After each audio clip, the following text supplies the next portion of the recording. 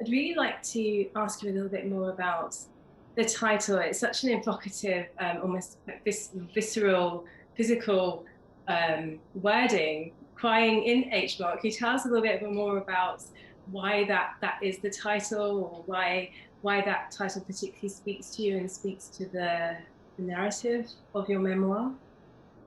Sure, thank you. I thought of the title pretty early on. I think in 2016, I knew what the title of this book was going to be before it ever really even formed. And um, I think that it started almost as a joke.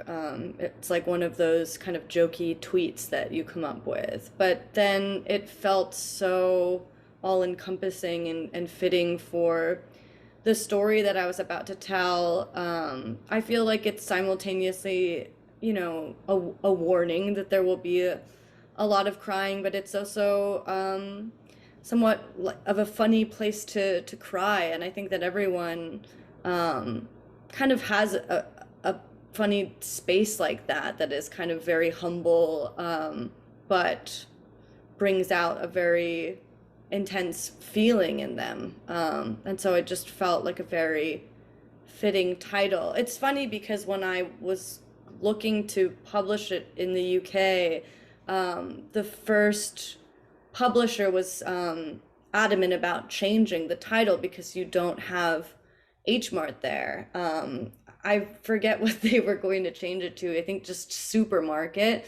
But it was really important for me to maintain the title, and I was happy that when Picador came with interest, that that was not an issue for them at all. They never even suggested it. So the title was very important to me, and I'm glad that it stayed the same in the UK. I think that people, I mean, it's pretty easy to understand what it's about.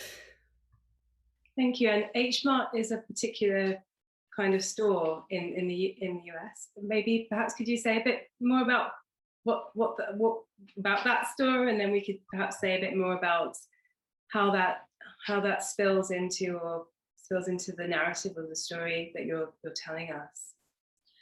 Yeah, so H Mart is a supermarket chain that specializes in specifically Korean groceries, but they also have other Asian groceries.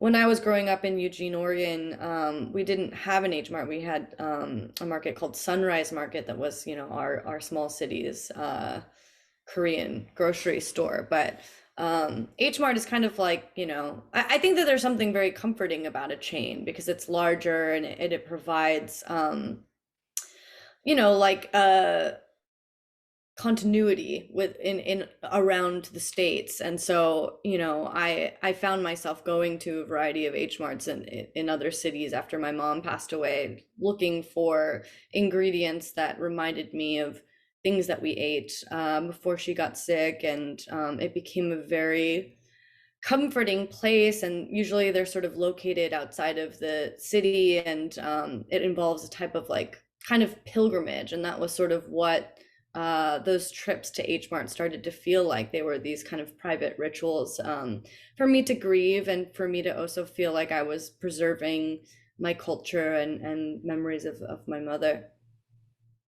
Thank you so much. I love that what you said, the word pilgrimage, and the way that that store encapsulates that.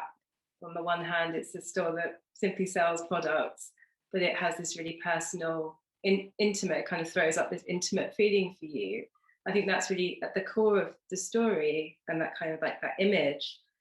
So, of course, that connects us to this sense of food and memory, and how you describe your experiences of grief and recollection, moving through those moments in your life. So ostensibly, the memoir tells the story of how you navigate those moments and your mother's illness and her death, and how you, I don't want to use any terms like process, or how you heal from something, because it's so the experience is larger than that. But the book tries, we get the sense that you're trying to work through this, and you're also trying, you're creating at the same time. And as the that review which I quoted earlier speaks about this performance, it's also about that performance of that, getting out and thinking about it in a new way. So I think there's something really rich in that idea of food and memory, or how, like, you talk about the cuttlefish and the fried garlic and all these various foods which connect you to your sense of culture and to your family. Can you say perhaps a bit more about that in the book, or how that to you made the most sense as the way you were working through this, or why it was that, why food and memory was important, maybe? I think that it was just a natural discovery. I mean, I think it was the second Christmas without my mother. I was celebrating the holiday with my husband and his Caucasian family, and I just felt so much yearning, and I missed my mother so much, as people often do during the holidays, and I found myself driving to an H Mart to have lunch, because I think it was just a natural place where I felt like I would see women that looked kind of like her. I would hear the language that I grew up listening to, and I would eat the food that she would make for me. And so I think that that was sort of just the closest place it felt like I could experience being with her in a weird way, that the sort of genesis of the idea kind of came from spending that Christmas like in this grocery store, and thinking about this idea and people watching, and how what other people's stories, or how universal of a story it was to find ourselves in this place that kind of reminded all of these people of home in some way, or the people that were either gone from their lives, or sort of displaced. And then it was a real major vehicle for me to kind of explore what happened over the course of 6 months, of just why did I find myself here, and why was the process of cooking these dishes so healing. And of course there was this element of this was my mom's food, and food reminds you of family, and the things that you grow up with. But I think I also realized, there was this woman that came to live with us, that was a Korean woman, and was able to sort of prepare these dishes for my mother in a way that I did not know how, and I couldn't. And I think that there was this great sense of shame and failure I felt as like an only daughter, unable to do that for my mom, that I think also learning how to cook these dishes became a sort of psychological undoing of that sense of shame and failure. And so I think that all of these questions made me kind of realize that there was a lot to the story, and that this theme was kind of going to go a long way. And so I think that I sort of navigated all of these memories and pieces like kind of through that lens, as a cohesive arc. Thank you. I think that the book does that so beautifully, in sort of thinking about those experiences, but also all those sort of unspoken connections. So the way that your favorite foods, or experiences of sharing food together, is not just perfunctory. It's not just we eat because we're hungry, but because it connects us to our family, to who we are, to things that are gone, or have been lost. So in some ways that reminded me of well, we can go back to Proust and the idea of like the smell of food and memory, and all those things which we can talk about later with the gastronomical me. But of course, you're also lead singer in Japanese Breakfast. And I was wondering about the connections between music and your writing, or maybe how the book serves to do something, or to explore something in a way that the music doesn't, or is that not the case, or is it less clear cut than that? What, or do they always intersect or intertwine, or sometimes you'll choose music, or sometimes you'll choose text? Yeah, I think that, part of the reason why I felt like I needed to write this book was because suddenly expressing these feelings in music was suddenly not enough.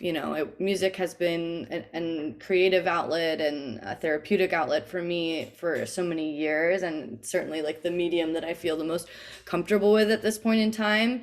But I wrote two albums about this monumental loss and intense new feeling, and it kind of just wasn't enough, that there was just not enough space to really explore and understand and investigate kind of what had happened. And so I think I was kind of in this new place where I studied creative writing in college, but I never thought I would ever write nonfiction. It was just not really an interesting um, format for me. I felt like, especially as an Asian American woman and someone who's biracial, that I really, there wasn't much of an audience for what I had to say, or it was too confusing or too niche of a subject. And so I thought that I might write fiction someday, but I never thought I would write nonfiction. And it suddenly felt very necessary that I explore this idea, and what had happened to me, in prose. I just kind of needed the room to do that. I think fans of my music may find that there's a lot of kind of borrowed lines from lyrics and in the book. And there's a line in the book, where I say it felt like the world had divided into two people, those who have felt pain and those who have yet to, which is a line from my song Posing in Bondage. And here I sort of have this, there it's kind of like a very abstract sort of idea, and in the book I'm sort of able to kind of explore it for a couple of pages of what exactly that means to me, and what examples of that might look like. Or there's a line in the book called, there's a chapter called A Heavy Hand, where my father takes the wedding ring from my mother's finger and puts it on, and I say it's a heavy hand where I wear your death, in a song called Rugged Country. And here you can kind of see what that scene looks like, whereas it's a little bit more cryptic, I think, in lyrics. So that was sort of fun, getting to reuse, these sentiments that kind of distill a moment and then sort of expand upon them in the book. Thank you so much.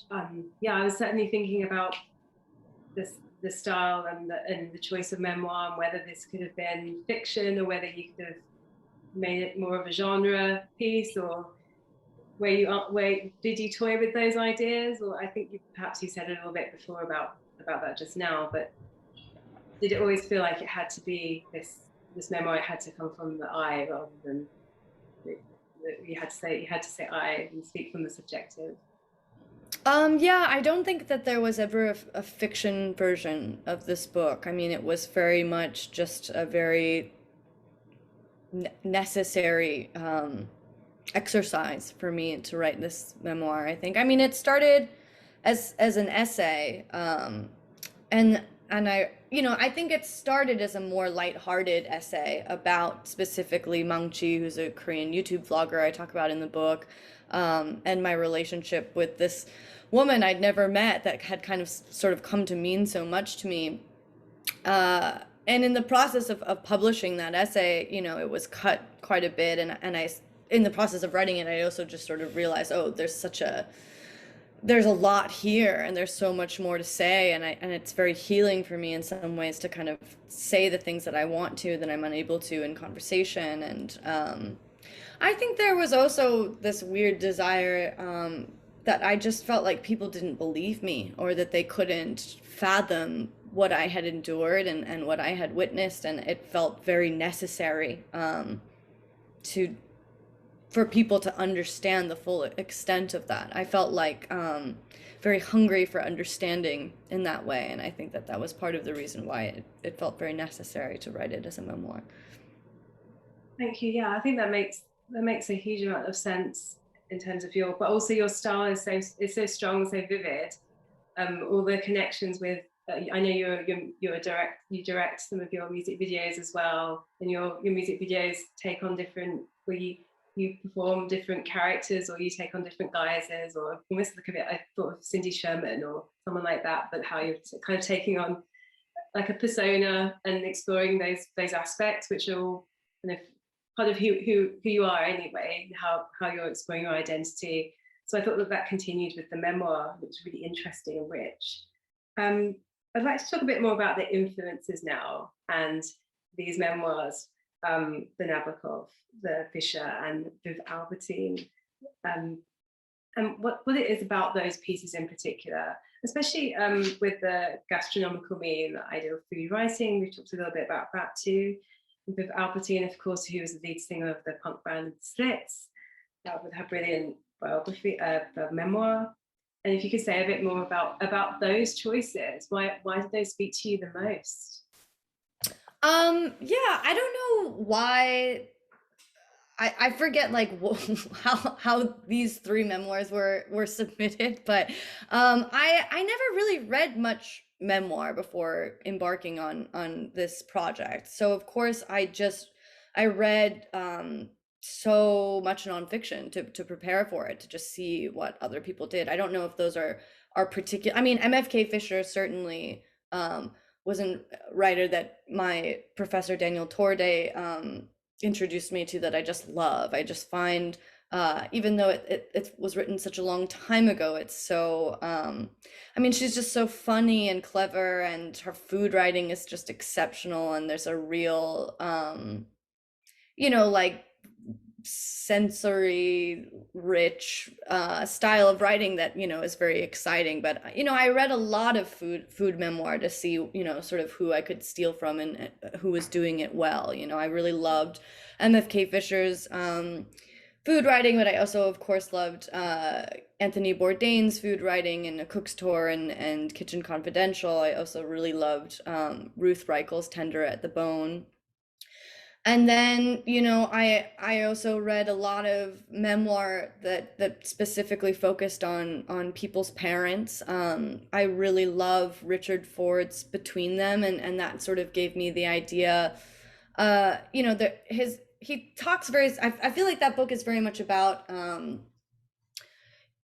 what it's like, how to make ordinary mundane people exceptional, or that a lot of the times I'll see criticisms about how I'm too young or uninteresting to like write a memoir at my age, and I think that is just so short-sighted and stupid, because I think that ordinary young, I mean, I'm so fascinated by other people, by ordinary people, and just the way that other people experience the world, and their family lives. I don't think anyone is too young or too boring to write a memoir. And so I really loved Richard Ford's memoir, because it's very much about his relationships with his parents, who one is a traveling salesman, and one is a housewife. And my mother was a homemaker, and on paper not exceptionally interesting, but of course to me she was the most profound influence and character in my life. And so I really got from that book that was sort of possible, and there was something very charming about studying someone in that way.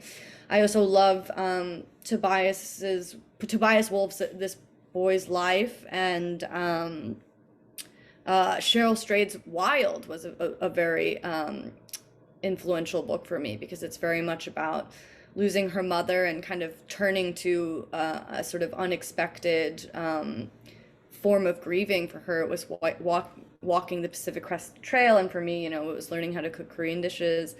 And then, of course, I read a lot of grief memoir about, Joan Didion's Year of Magical Thinking and Blue Nights. And then I read a lot of a lot of musicians' memoirs. And so I really love, I didn't know much about the Slits, but I really love, Viv Albertine is someone who feels like she's led 20 lives. And it was so exciting to read her memoir, and just see how, vulnerable and kind of just unapologetic it was. I read Kim Gordon's memoir, I read Lily Allen's memoir, and Patti Smith's Just Kids, of course. And I pretty much just read as much nonfiction as I could, to just, there were all these different avenues that I had to sort of explore in my own life, and I wanted to see how other people were writing about those pathways. Of course, a lot of Asian writers like Kathy Park Hong and Alexander Chi and Amy Tan and Chang Rae Lee and Kyung Suk Shin and Han Kang. So I was just reading a lot to see how other people were doing it. And then, of course, sorry, this is the last thing I'll say. Nabokov's Speak Memory, I think, is, the kind of like impossible, just on a language level, it was such a beautiful a memoir that I think any nonfiction writer can aspire towards. Thank you. I think that's really given everyone a sense of all those things which have, I don't want to say influence, but how they've created this particular landscape for you to be able to build on, or to get into dialogue with, because it seems like you're doing all those things in an interesting way. I'm just looking at the back of your book with the quotes, and I can see there's quotes from the Times, but also Claudia Roden, who's a very well-known food writer, and also best food books of 21 with Rukmini Iyer as well for the Guardian, B. Wilson. And I think this really reflects how the style of the book emerges. Are there any? So the book, as you say, so you talked about perhaps modern life and technologies, and sort of you move through that kind of landscape. You talk about Instagram and various other platforms, and how you're navigating those, how they're part of your life, or part of, like, it's a kind of commentary on modern, on contemporary life too, very much set in the now, set in this present day, almost like a little capsule in time, and that kind of the timeliness of that is really there. Are there other influences outside of literature? We talked about music. Are there other influences or let's not say influences, other things which captured your imagination, whether it was TV shows or movies or certain pieces of art or anything else which you think have influenced this piece of work? Um, yeah, I mean, I'm sure in some way. I can't think of a specific uh television show or yeah, here's one. Yeah, I really love, there's a scene. I swear to God it's in there and I can't find the episode, but I really love the TV series The Sopranos, and my whole family loved that series so much. I think Tony Soprano weirdly reminds me of my father in so many ways. But um, I really love that everyone is like a little bit good and evil. The characters are just so complex and so real. And uh, there is a scene where Tony, Carmela, the wife, and Meadow, her daughter, are sort of at odds with one another. And I think that's a very um, interesting trope of just the housewife, the homemaker that provides intellectual opportunity for her daughter that she herself did not grow up with, that is then very cruelly used against her by that daughter. I think that that's very much a theme of my book. It's a theme that I also really love from the movie Lady Bird. What else was I just watching where this is also a part of the conversation? I forget, but there's a moment where they're fighting, and Tony says to his wife, don't worry, mothers and daughters, she'll return to you. And I think that was really moving for me, because I think that that was very much a heartbreaking part of my story, was that my mother died at the very beginning of this really wonderful kind of renaissance period in our relationship, where we were sort of able to love each other as peers and to communicate with one another as friends. It was sort of that moment in your life where your parent is no longer just your parent, but you can sort of begin to see them as a fully formed person that had a life outside of you, and has ideas and dreams outside of raising you. And I think that that was, very much what my story was about, is this return to your parents. I mean, I think a lot of kids in their teenage years rebel and they figure out who they are, and they push away from their parents, and that's a very painful process for the whole family. But I think that there's also something really beautiful about, your late your early 20s, when that kind of is when you're sort of returning to one another again, as fully formed people outside of each other, and that was very influential for me. Thank you. It really made me think about the parts in the book which explore the mother-daughter relationship, but also you as a child or as a younger person, as you go back in time, or when you're reflecting on when you were younger, or your relationship with your mother. And in many ways, it's about the mother-daughter relationship, but also about how you're fitting in with it, how your identity is changing and evolving, and how you're estranged to that, or whether you feel like a connection or a disconnection. And it's the constant exploration of that, which is done so beautifully. So I was thinking, I didn't want to put you on the spot, but I was thinking more generally about your creative process. Perhaps we've got a little bit more. We've got 10 more minutes or so before the Q&A opens up. We open up the floor to questions. I read a review recently in the Creative Independent, I think it was, where you talk about you're a DIYer. You talk about that. You describe yourself as a DIYer. So I wanted to ask you a little bit more about that, and how, yeah, it was a really interesting interview about how you why you create, how you create, and how you see yourself in that way. And I think the book very much fits into that way of being, or that way of existence, which is thinking really carefully, really attentive, really sensitive to all those things, but at the same time, kind of listening to yourself, and that notion of joy as well. And we talk about joy and positivity, um, and how that spreads through with your work. So going back to the idea of the DIYer, Michelle Zauner. Do you mind saying a bit more, perhaps? Sure. I mean, I think for that interview in particular, I guess, when no one is interested in what you do, you have to kind of do everything yourself, and in some ways, I resented having to do that, but it also taught me so much, and it allowed me to be so appreciative of the place that I've suddenly found myself now. In terms of the music world, I started writing songs when I was 16, and I really fell in love with not only the creative element of, writing songs, but I also loved uh, like marketing strategy as a teenager, like on the ground level of just, I loved almost like cosplaying how like a major label cycle would have done it with a one woman team. I enjoyed taking the press photos and putting flyers up around town. I enjoyed emailing with venues and bands and putting shows together. I loved hauling the gear. I loved all of that stuff. Emailing with journalists, to begging them to cover my record, and mailing cassette tapes out of my apartment. And I think, maybe partially where I'm from, I grew up in the Pacific Northwest, and there is such a rich history of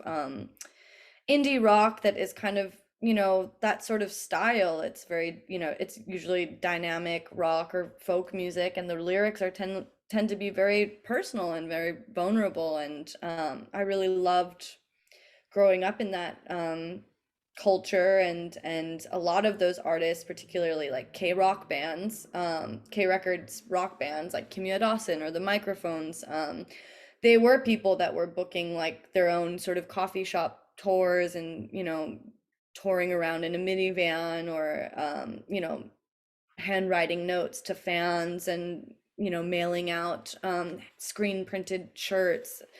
And so I just really grew up with that culture. It was very inspiring to me. And it also just felt so manageable and within reach, because you weren't like, I never was like, oh, I want to be like the Rolling Stones, or like I want to be like, who is it, like Avril Lavigne. I never like had great aspirations for myself in that way, where I never even thought I would be in a position where I would tour in a tour bus. Um I just wanted to pay rent, like I just wanted to have a very small, manageable, I was always like, oh, if everything goes to shit, like I'll just mail CDs from my house, you know, on the weekends, like, and I'll make like, I could make like $200 a week that way or whatever. So yeah, I mean, that was kind of always my plan, and it really, I always like was trying to push outside of that, and push, you know, further as new opportunities kind of came. But it did allow me to like really appreciate, once we were at the level where we could hire a booking agent or a PR person or a manager, um, I had done all of those jobs before, and so I really knew that someone was doing a great job, and I also really appreciated them for it once had to relinquish that control to them. And yeah, I think it just made me really, I never felt like I could rest on any sort of laurel. I mean, everything that came to me, I worked really hard for from nothing, and I gave up many times. But I think that kind of scrappiness really helped me complete all the creative projects that I have. You know, that sort of like just like not hoping for much, but doing your best was sort of the idea that went into this book, even though I kind of had a much more charmed literary journey in a way than my music career. And I think that impacted me a lot as a creative person. Thank you. That's I think that's what makes the book so brilliant, in that you're carrying all of that with you, and all that experience, maybe several lifetimes worth of experience, of working, of doing things, as you say, for yourself from the ground upwards, and how you get to this point where you have a memoir that has all of these rich experiences. So thank you so much. I think we're just leading up to the time when we can have some questions from the people who have joined us. I'll just bear with me a second. I'll just check. I've got a message here. Can you talk a little bit more about the film adaptation of the memoir? Yeah, I have it right here. I've spent the last couple of weeks working on the revisions. You know, similar to what we talked about earlier. I mean, one thing that's really helped me in my creative life is to have these sort of like self-imposed, cruel, outlandish rules to follow. And so, you know, when I wrote the book, my editor, you know, mentioned 80,000 words as a word count, which was, you know, kind of very intimidating. And one of the ways that things that helped me is I wrote 1,000 words every day until I hit 80,000. And a lot of the times when you're forcing yourself to write 1,000 words every day, they can, a lot of them don't really make any sense. And it's a very like fluid process where you kind of are exercising being a bad writer, and then it kind of generates a lot of really great raw material for you to return to, and focus on what the structure is, and kind of finding the story and what is good writing and what is terrible. And sometimes out of those 1,000 words, it's a sentence, it's a word, sometimes it's nothing at all. But I find that to be really helpful, and so that was sort of how I tackled the screenplay. Was I tried to write 5 pages every day until I hit 100 pages. It's been it started, you know, it's been very challenging for many different reasons. It's a totally different medium, and it's been very interesting to like, I've had to learn so many adverbs. I have like a Google Excel sheet just full of adverbs of like how someone could say something, you know, like stoically, like wistfully, tentatively, whatever. And you know, you have to come up with so many different like reactions beyond just like smile, laugh, cry. So it's interesting trying to like find these very like quippy, almost like language, like add language ways to convey a heavy feeling and psychology within like a sentence.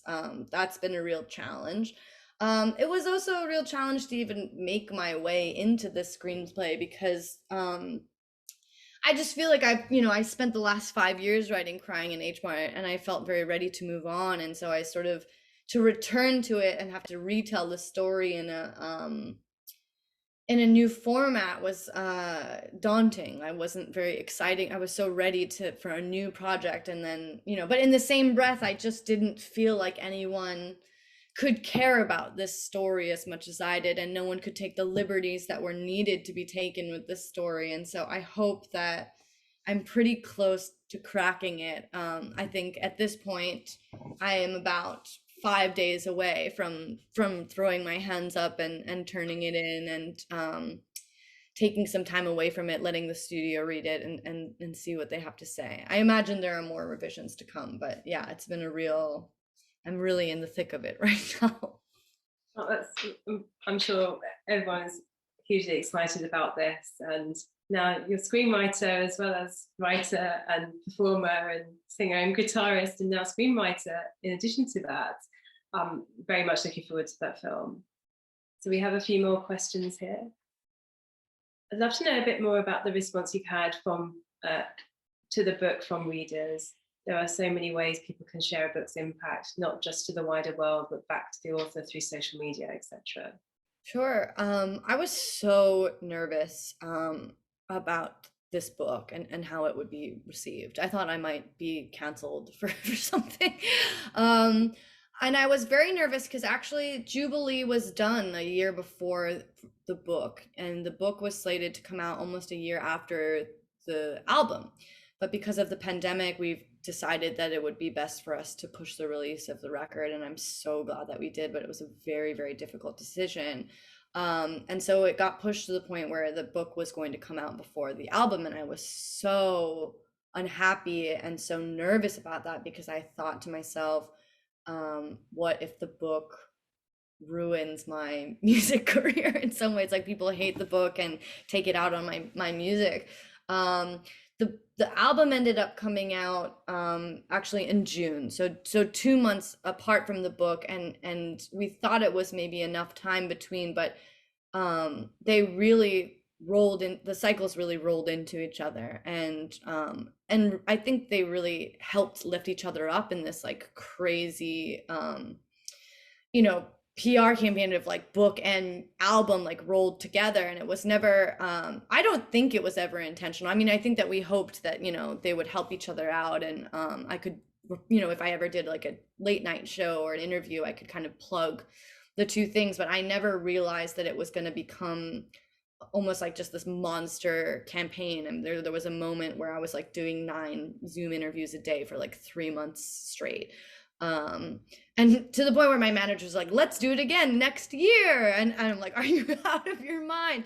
But yeah, it did work really really well. I was so scared, particularly about the Asian American response. I think that I was afraid. I don't want to be representative of a whole community. This is just my story, but of course that is how people will always approach this sort of story, at least for now. And I was very worried about people feeling like I was perpetuating some type of stereotype, or misrepresenting our culture in some ways. But I was so overwhelmed with support, largely. I mean, like, largely, I was just overwhelmed by the response. I thought that we would maybe squeeze our way onto the New York Times bestseller list for 1 week, and now it's been on the bestsellers list for 49 weeks, almost an entire year. And Congratulations. thank you. I definitely did not expect that kind of response, and so I feel like it has hit a cultural nerve in some way. I think that a lot of people have lost parents to cancer. So many people experience grief and are looking to some people don't want to cry when they read, but some people do. And I think that it's for me personally, sometimes I know something's going to be heavy and I'm ready for it and I want to feel that. I remember when Mount Erie came out with his record, A Crow Looked at Me, about his wife dying of cancer. I knew that after losing my mom, that was something that I didn't want to listen to at the time. And it was a very decided choice when I spent time with the album. I don't know if I ever need to listen to that record again, but it was extremely cathartic for me to hear about someone enduring the sort of experiences that I had. And I think for a lot of people, they might have found that in my book. So many people that, have such a close relationship with food and their families and their cultures. And, so it was really a wonderful thing to see the response to this book. It was largely and overwhelmingly positive, and I don't think it could have really gone any better for me. Thank you. And we have another question. Um, can you write on the road, or do you find you need total writing quiet? Yeah, I mean, I think that writing quiet is certainly ideal, but I did write a lot of this book on tour. And I just had to. I mean, I don't know if I can do it anymore. I'm not like, I don't know if it's because of the type of touring I do now, or being older, but at the time, it was manageable. I wrote a lot on tour, and I was doing a lot of that kind of rough writing, which I think is much easier.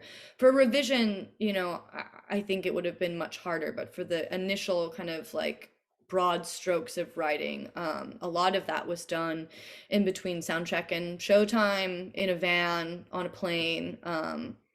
There was so much downtime on the road. You would be like in a van for 4 to 6 hours sometimes in the day, and so I tried to kind of busy myself with that sort of thing. Now that we're on a bus and most of the driving happens when I'm asleep, and the sleep isn't very good, I have a harder time focusing on that type of writing. I haven't really been able to work on the screenplay at all on tour, the way that I was able to work on this book. Can you speak a little bit about how you approached writing about emotions without telling readers what they were supposed to feel? You do this so beautifully, and I'd love to hear how you approach writing about something so emotionally charged. Yeah, I think that's a really interesting question. Yeah, that Yeah. is a great question. Yeah, I mean, I think that I didn't really think much about other readers. I mean, I think that, this was very much a book that I wrote for myself, and in hopes that other people might have similar feelings or experiences. I think that I had some confidence in doing that, because it's sort of what I've always done on my albums, and it's worked before. You put something out there that feels very personal and to you, and find that many people can sort of relate to that type of feeling or experience. And so, for the most part, that's what I try to do. I think you learn a lot about the way you might unintentionally be swaying people in the revision process. And that was something that I had to rework a lot. This experience was certainly very raw for me when I started writing it. My mom died in 2014, and I pretty much started writing this book in 2016, 2017. And, things were raw. I was very angry at everyone in my life. I was very angry at my father. I was very angry at Kay. I was very angry at my entire family and all of my friends and anyone who, didn't say the right thing. And, I think that when I read that first draft after, I think I was away from, I submitted the first draft. It was very rough, and I knew it was very rough. And the editor came back about 4 months later. So I had 4 months away from the original writing. And I knew, I think I had an inkling when I turned it in, but she rereading it with 4 months perspective, and also my editor's perspective, I realized I was just so angry, in an uncomfortable, in an unsettling way. And so I had to kind of go back in, and one thing that's really beautiful about memoir is that you have to really put yourself in other people's shoes. You have to really experience intense compassion for all of the characters who are real people that maybe in real life you're very angry with, and see where they're coming from and why they might have said what you remember them saying, and is that really accurate, and how could you have been wrong, or how could they have seen. You have to be fair, and I think that going back in the revision process, I had all this like strange stuff about, being very angry about my uncle asking me for a photograph while I was putting away my mother's things. And it was, you just realize with time away from it, with perspective through revision, what is necessary and what isn't. And I think you just become more aware of yourself and your feelings, and you have to sort of see from other people's sides, because it's not really fair to just make everyone on your side. That's not an interesting or realistic story. And so I think that that was a really healing part of the process, actually. And yeah, a lot of it comes from revision and these sort of forced perspectives. I mean, timing is everything. I think you lose yourself in the writing, and it is so essential to spend, ideally months away before going back in and reading it with fresh eyes, because there's just there's no way to recreate that feeling without actual time passing. Yeah, it certainly made me think about your writing, especially about not only about your mother, but your aunts and your grandmother, and how you're sort of seeing the world again through their eyes because you're remembering them, but you're also, by writing about them, you're having to inhabit them. You have to see the world through their eyes. Keen to also know the difference between how people respond to music, Mm. where when you perform live, that response is immediate and present, and then how people respond to writing, where the response can be over many months or even years. Or Yeah, I mean, I was definitely sensitive to it. There's really nothing to hide behind in prose, in this type of writing. People are either going to like you or not. I mean, it's very much yeah, I mean, there's nothing between you and the writing, really. With music, it's just full of secrets. There's no way that people really know, I think, what most of my songs are about. I think there's just so many ways to interpret music. You know, more, I think, more so than maybe in a book like this. So yeah, I think that it's always really interesting for me to hear. Yeah, I think you just get it's just more personal. If I meet fans of the music, it's not when I meet people who at readings, it's very intense and it's very personal, and it's always, I lost my brother to suicide, my father was killed, my mother died of cancer. It's I feel like a lot of people feel like they have read something very personal, and feel emboldened to share that part of themselves with me in this way that I don't think that you get quite as much in music, or at least my fans in particular. I don't think we're like that before. Um, but I think I just had a very interesting experience in the literary world. My career as a musician was such a slow build, and my career as a writer has been just a complete, like, leap, out of thin air. So yeah, I mean, those things are very different from one another, I think. moving forward with that, I'd like we've talked a little bit about the movie. What else for the future? What perhaps does the future hold for you? If you'd like to say a little bit more, we just have a couple more minutes. Yeah, I'm so looking forward to finishing this screenplay, which is my main focus. And it just feels like the sort of last chapter of Crying in H Mart in a way, and I feel so ready to kind of move on from this story.